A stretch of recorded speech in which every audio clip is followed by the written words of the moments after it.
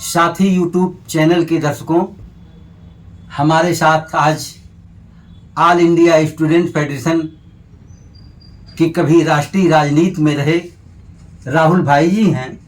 मैं आज राहुल भाई जी से साथी के दर्शकों के लिए आप पूरा परिचय हमारे साथी के दर्शकों को दें। साथियों, मेरा नाम है डॉक्टर राहुल भाई जी। मैं मध्य प्रदेश का रहने वाला हूँ। ऑल इंडिया स्टूडेंट्स फेडरेशन जो कि हमारा एक ऐतिहासिक ऑर्गेनाइजेशन है आज़ादी के पूर्व का, उसका मैं राष्ट्रीय अध्यक्ष रह चुका हूँ। कब? 1995 से लेकर के 2001 तक मैं राष्ट्रीय अध्यक्ष रहा। आप कहाँ के रहने वाले हैं? मैं मध्य प्रदेश सागर जिले का रहने वाला हूँ। सागर जिले के रहने वाले हैं। और आप इस वक्त क्या कर रहे हैं राहुल भाई जी? मैं इस समय असल में देश की समस्याओं को मद्देनजर रखते हुए छात्रों और नौजवानों के बीच मुख्य तौर पर उनके सवालों और उनकी समस्याओं को मैं तलाश कर रहा हूँ।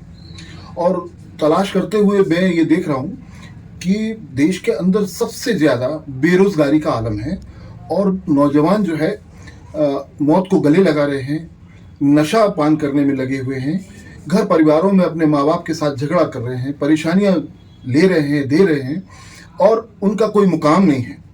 वो हर जगह से परेशान हैं, मानसिक रूप से पीड़ित हैं, शारीरिक रूप से पीड़ित हैं और आर्थिक रूप से भी पीड़ित हैं।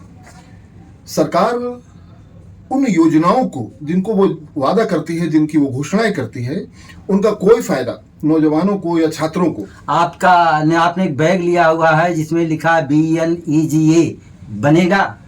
ये बनेगा क्या है? बनेगा दरअसल छात्रों और नौजवानों, खासतौर से नौजवानों का रोजगार के सवालों को हल करने वाला एक कार्यक्रम है जिसको हम इस तरीके से कह सकते हैं, भगत सिंह राष्ट्रीय रोजगार गारंटी एक्ट एक कानून की तरह इसे संसद में पेश कराने की कवायद है और ये एक रोजगार प्राप्ति अभियान के तहत बनेगा।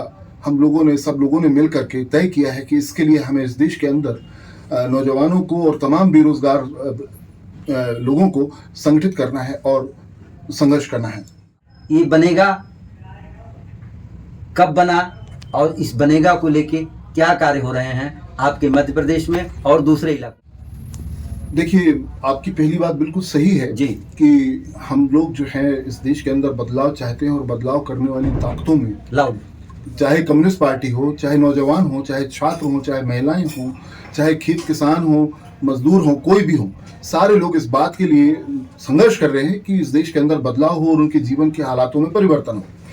लेकिन जब हम नौजवानों की खास तौर से बात करते हैं, जिनके हाथों पर, जिनके कंधों पर बहुत बड़ा भार है इस देश में, उन्हें भविष्य देखना है अपना और इस देश का भविष्य का निर्माण करना है, तो ये जो बनेगा का जो सवाल है, ये एक ऐसा सवाल है जो हर किसी को छूता है। सरकारी सेक्टर में रोजगार है नहीं, प्राइवेट सेक्टर में बैंकिंग या दूसरे जॉब में देखिए तो 18-18 घंटे तक लड़के और लड़कियां मल्टी सिटी महानगरों में काम कर रहे हैं।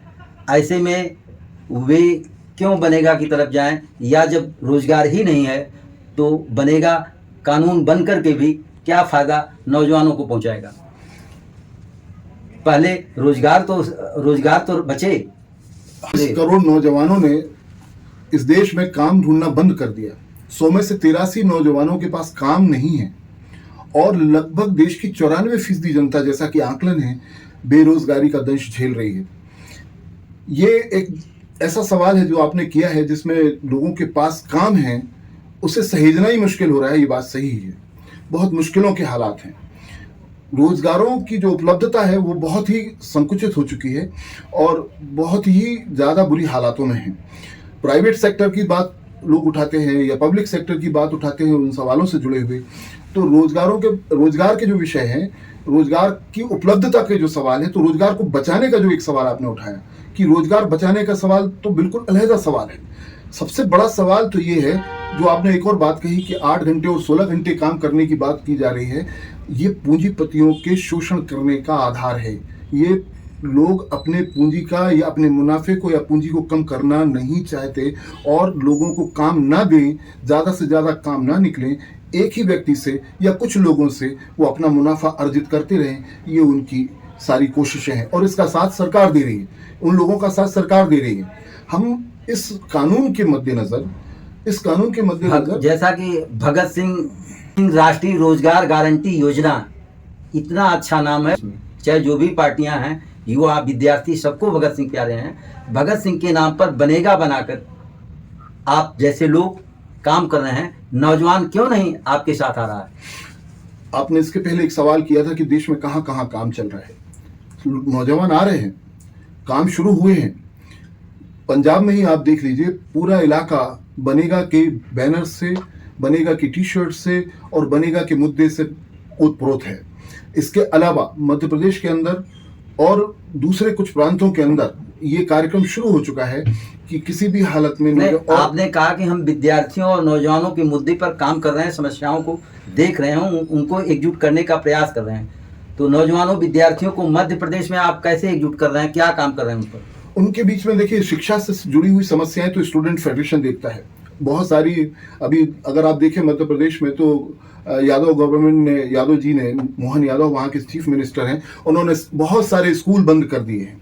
ढेरों स्कूल, लगभग 25,000 स्कूल बंद करने की कगार पर है वो, और उसको धीरे धीरे वो कर रहे हैं। तो शिक्षा के सवाल तो बहुत सारे अहम सवाल हैं जो लगातार, जैसे बजट के सवाल हैं, तो उन चीज़ों को लेकर के स्टूडेंट फेडरेशन तो लड़ाई लड़ी रहा है।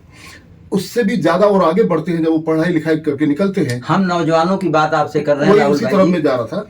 उसके बाद जब पढ़ लिख करके आगे बढ़ते हैं तो नौजवानी में उनके सामने बहुत सारा एक रास्ता होता है कि पढ़ लिख लिया है और अब हमको काम की जरूरत है, हमारे घर को सहारा बनना है, हमारे को खुद को जीवन जीना है। तब उन तमाम नौजवानों के सामने काम है ही नहीं, रोजगार नहीं है, तो उनके बीच में हम लोग कोशिश कर रहे हैं और प्रयासों में लगे हुए हैं कि बनेगा के इर्द गिर्द, और इसका आंदोलन धीरे धीरे हम लोग फैला रहे हैं। उसमें हस्ताक्षर अभियान चालू है जिसमें हम राष्ट्रपति को एक ज्ञापन देने वाले हैं कि इस कानून को संसद में पेश किया जाए, कराया जाए। अब उस हालत में ये बनेगा को बने कितने साल हुए? ये लगभग 1992-93 के आसपास से ये कार्यक्रम चालू है।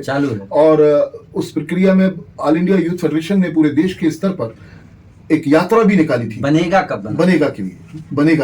बनेगा के लिए रैली निकाली, यात्राएं की। तो इसका मतलब ये है कि ये लगभग 94-95 के आसपास से ये पूरा प्रक्रिया शुरू हो गई थी तेजी से, और उसके बाद पूरे देश में यूथ फेडरेशन और स्टूडेंट्स फेडरेशन ने मिल करके एक यात्रा, पूरे देशव्यापी यात्रा की थी बनेगा को लेकर।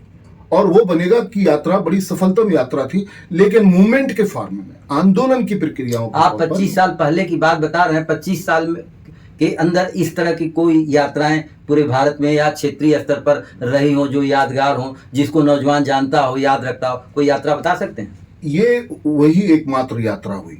उसके बाद एक विराम सा लगा हुआ है। देश के जिन हालातों में, जिन परिस्थितियों, राजनीतिक परिस्थितियों ने जो शेप लिया और समस्याएं सामने आई, तो उस पर अभी विराम लगा हुआ है। लेकिन अभी अक्टूबर के महीने में, आने वाले समय में बहुत बड़ी यात्रा का आयोजन प्रायोजित होने वाला है। और हम लोग लोकल इलाके में भी अपने लोगों के बीच में, जिलों के स्तर पर 3-4 जिले हम लोगों ने शॉर्ट आउट किए हैं, जहां पर हम लोग एक 15 गांव के बीच में एक यात्रा का आयोजन करेंगे और इस काम को आगे बढ़ाएंगे। लोगों के बीच जाते हैं, नौजवानों के बीच जाते हैं, बनेगा की बात करते हैं, तो नौजवान उसको किस रूप में देखते हैं? बनेगा को लेकर के नौजवान बहुत ही ज्यादा आशान्वित है, और सही मायनों में जब हम उन्हें ये पंपलेट, पर्चे वगैरह देते हैं और बातचीत करते हैं, तो वो कहते हैं कि इससे अच्छा कोई प्रोग्राम ही नहीं हो सकता, क्योंकि ये सुरक्षित रोजगार और सुरक्षित आय की बात करता है। उन्हें तमाम दूसरी चीजों की आवश्यकता नहीं है जितनी ज्यादा आवश्यकता रोजगार की है, और उस पर ही ये बनेगा कार्यक्रम आगे बढ़ रहा है और लोगों के आकर्षण का केंद्र बन रहा है। बनेगा के अंतर्गत जिस तरह से विद्यार्थियों को, नौजवानों को आगे आना चाहिए, वो क्यों नहीं आ पा रहे हैं? क्या कमी है? दरअसल कुछ समझ का विकास भी एक मायने रखता है। जब समझ का विकास होता है तभी कुछ चीजें सामने आती हैं।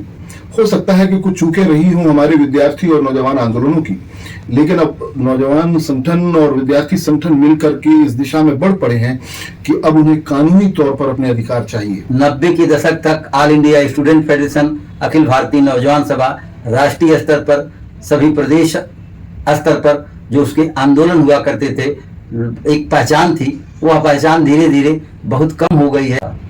देखिए, हमारे मुल्क में अगर देखा जाए तो तमाम जितने भी वामपंथी दल हैं, सभी के बीच में एक पॉलिटिकल वैक्यूम खड़ा हो गया है, पॉलिटिक्स का वैक्यूम खड़ा हो गया है।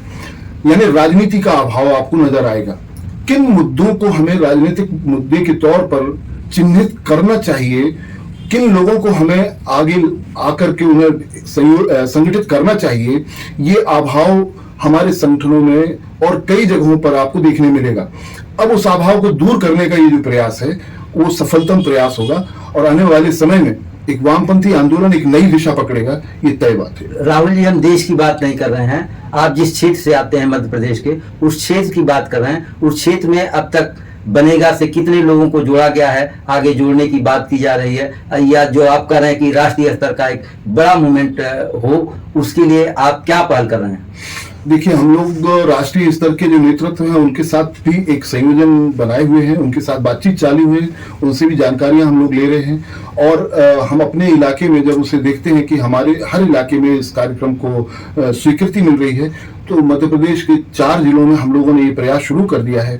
वहाँ लगभग अभी 50-100 लोग इकट्ठे हो रहे हैं और उनके जरिए से अब यात्राएं निकालेंगे, तो लगभग हजारों की संख्या में हम सोचते हैं कि एक बड़ा प्रोग्राम प्रदेश स्तर पर हम लोग कर पाएंगे और आगे बढ़ेंगे। आप साथी दर्शकों से जुड़े विद्यार्थियों को, नौजवानों को क्या संदेश देना चाहते हैं? बस एक ही बात है कि निराश ना हो नौजवान, और वो जो तकलीफ अब तक झेल रहे हैं या झेलने वाले हैं, उन तकलीफों को समझने का प्रयास करें और उसे राजनीतिक ढंग से समझने का प्रयास करें, उन्हें राजनीतिक तरीके से सुलझाने के रास्ते पर हम जिस संगठन के तहत हम लोग जो काम कर रहे हैं, जब भी आपके सामने ये बात सामने आती है कि बनेगा का कार्यक्रम है, उसमें जरूर शामिल हों। उससे आंदोलन की मजबूती होगी और एक तरह से एक बदलाव का एक रास्ता आपके सामने मुखर होगा, ये बात तय है। आपने हमें साथी के साथ बातचीत करने के लिए राहुल भाई जी, आपका पुनः एक बार बहुत बहुत धन्यवाद।